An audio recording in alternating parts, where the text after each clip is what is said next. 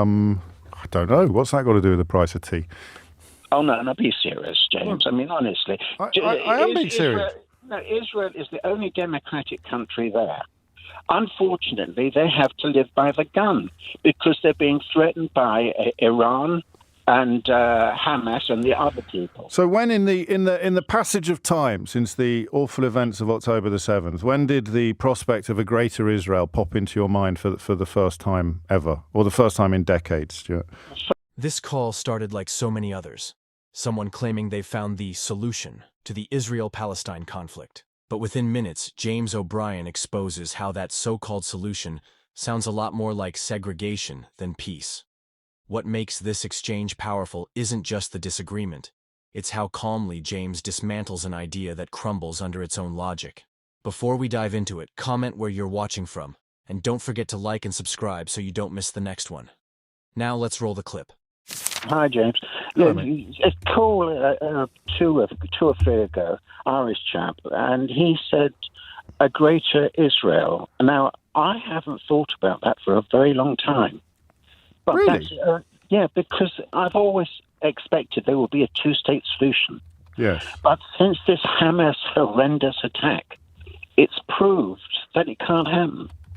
Now, the only way that you can have a one greater Israel is a sort of federal agreement whereby the West Bank, which was never Palestine, it was an Arab area which was controlled by... Just to clarify one thing, I mean, the notion of Greater Israel is, I mean, it goes back to Theodore Herzl, doesn't it? It's been part of, and it's been cited by members of Netanyahu's government since both before and after October the 7th. But you just sort of zoned it out, had you?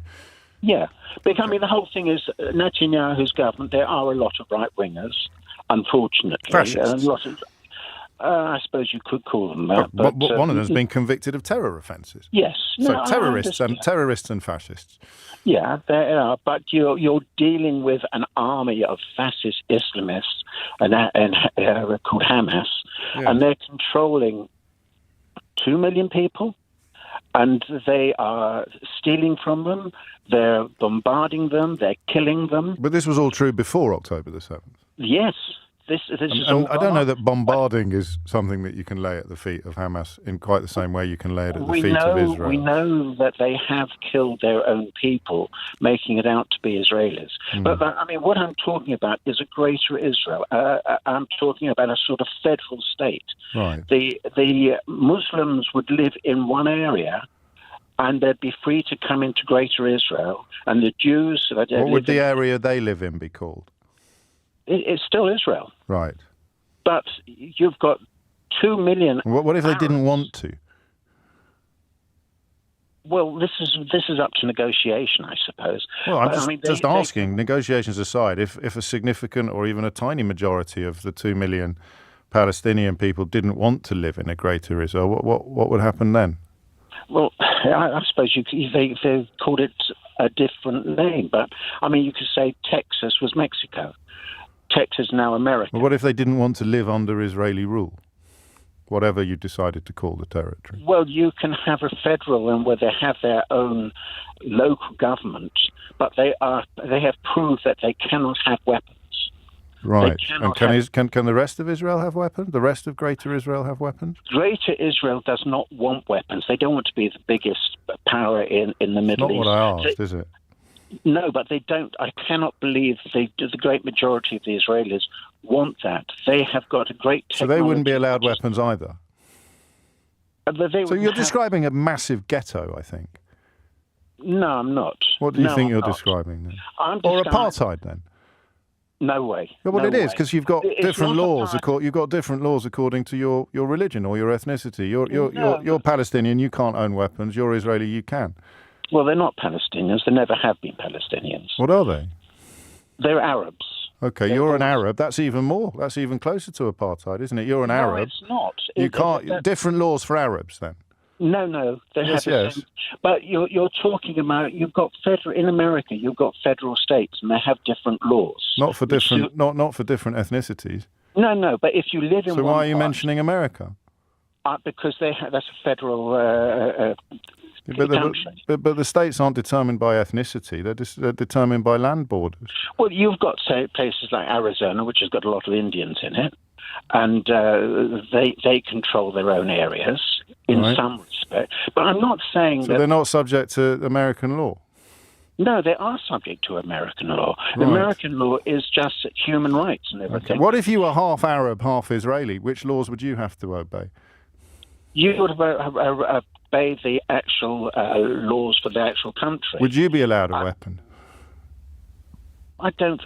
Hopefully, they'd say you wouldn't be able to carry weapons in the streets, like we're not allowed to carry them here. Okay. I mean, the government as a whole would. And if the 2 million people currently living in the Gaza Strip, who you'll forgive me for referring to as Palestinians, didn't like your plan at all, what would we do then? Because I mean, spoiler alert, they wouldn't. Well, if that happens, then we're stuck where we are now. I'm looking forward to somehow that they can live together. Well, that would be a two-state solution. That's what we've been aiming for 80 years. But and the closest we ever got was when Yitzhak Rabin was Prime Minister of Israel, and you remember what happened to him. I remember what happened to him. Who killed him? The Israelis do have lunatics as well. Yeah. Who are now in the government. There may be some in the government, not all of them. But the solution is to ghettoize the Gaza Strip. No, it's not ghettoizing. It's a matter of letting him have... so sorry, carry on. It's a matter of what? It's a matter of having human rights, being able to live together. So you can have Jews living but with different rights. The rights are determined by ethnicity, not by humanity. You've already said that. So the Muslims can do whatever they like religiously, as they are allowed to do in Israel. But the only thing I'm holding back on is that the individual shouldn't be allowed to carry weapons. Okay. And that would be the same for the Israelis too. Okay. And we'll just, I mean, the question of what happens if the Palestinian people who want their own country object to your proposal is tough, really. They had a country. It's tough. No, excuse me. They've never had a country. When Israel became independent in 1948, yes. The area of the West Bank was, the area was split in the first place. The mandate was for a Jewish state of Israel, but the Arabs... Well, there's the problem, isn't it? The Arabs... Excuse me.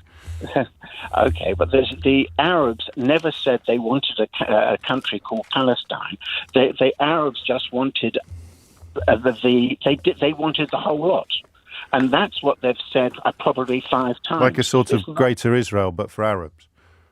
No, you've got 22 Arab countries there at the moment. No, but when you said they wanted the whole lot, in territorial terms, you mean like what you call a greater Israel, but for Arabs? Probably, but okay. It would have been an Islamic fascist state. Would it? Well, look, have you got any Arab state today which is democratic? I don't know. What's that got to do with the price of tea? Oh, no, be serious, James. I mean, honestly. I am being serious. Israel is the only democratic country there. Unfortunately, they have to live by the gun because they're being threatened by Iran and Hamas and the other people. So when in the passage of time since the awful events of October the 7th, when did the prospect of a greater Israel pop into your mind for the first time ever, or the first time in decades, Stuart? When your friend was just talking a few calls ago. Okay. I think honestly, it's a thought, isn't it? And I mean, until we ask the question of how the people you're talking about would feel about it, I suppose we could certainly continue to consider it. What you just heard perfectly captures why these debates matter. It's easy to speak in slogans: federal solution, shared borders, security first. But when you strip away the labels and really question the logic, the truth shows itself. Equality under the law can't coexist with separate rules based on ethnicity or religion. That's the uncomfortable point James kept pushing toward, and it's one worth reflecting on. What's your take? Drop your thoughts in the comments, and if you found this breakdown insightful, don't forget to like, subscribe, and turn on the notification bell for more.